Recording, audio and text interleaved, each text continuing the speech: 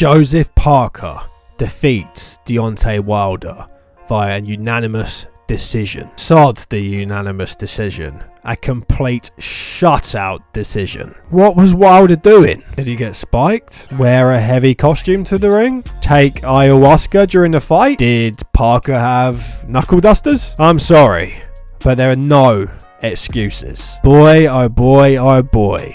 I can't believe it. What a shocking display of boxing from Deontay Wilder. We all criticise him for being a one-trick pony, but in this fight, he was a no-trick pony. No urgency, no gumption, just stood there to take a beating. First and foremost, what a win for Joseph Parker. A man that a lot of people doubted, wrote off, said he was over the hill. I thought Parker had the capability of getting the win, getting the job done, if the fight went the full 12 round distance. Parker had the package, had the skill set, especially in comparison to Deontay Wilder and his skill ceiling. He has that equaliser, of course, but Parker completely negated that, breezed past it.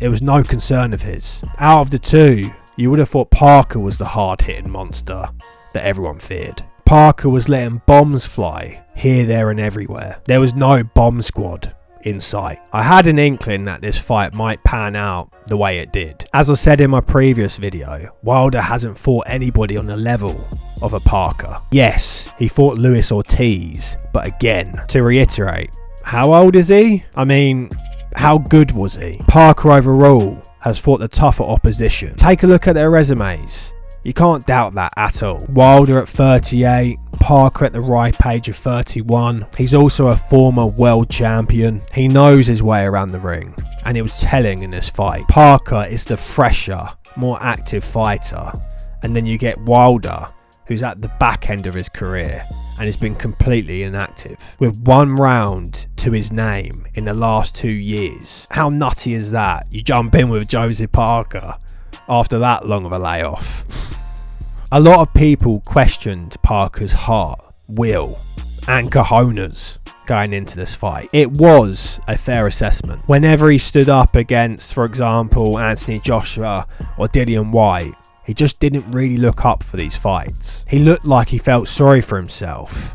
He didn't go in there with the full intention of winning. However, with Andy Lee, his changes he's made in camp, moving to the UK, linking up with Tyson Fury, these changes have really given him a new lease of life that he was craving for. Throughout the build-up, in the ring, he looked full of confidence. He did not take a backward step back. As for Wilder, I don't really know what to say about the guy. I personally believe he let his fans down. He let the boxing world down by not letting his hands go. Lots of pundits, lots of interviewers, lots of fans even speculated, observed, that they just didn't think Wilder looked like the same man during the build up to this fight. That fire, that energy just was not there. It's as if he went from being the most active volcano in the world, about to erupt, about to explode, to a dormant, tired, old volcano, a shadow of his former self. The same could be said about his performance in the ring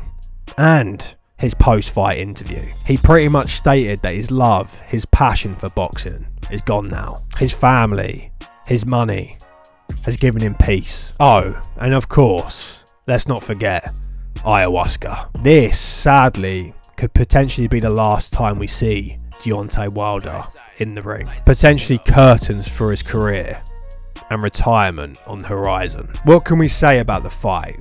Well, it's pretty much a Joseph Parker review at this point. I did not think that Parker would press the action, but I guess Tyson Fury has given all the heavyweights out there the blueprint to defeating Deontay Wilder. I definitely thought it was an option for Joseph Parker, but I just didn't think that mental was up for that sort of fight. I just didn't think he was willing to engage. He just didn't show that in previous fights, especially when he stepped up. I thought Parker's best point of call was to move around, make him miss, make him pay. Instead, he walked right to him and put smart, systematic pressure on Wilder. He kept things long and at short range, far enough so that Wilder would overextend, and close enough so he could get his own shots off. As we also know, Deontay Wilder isn't very good on the back foot. He's very clumsy with his footwork, and Joseph Parker really did show that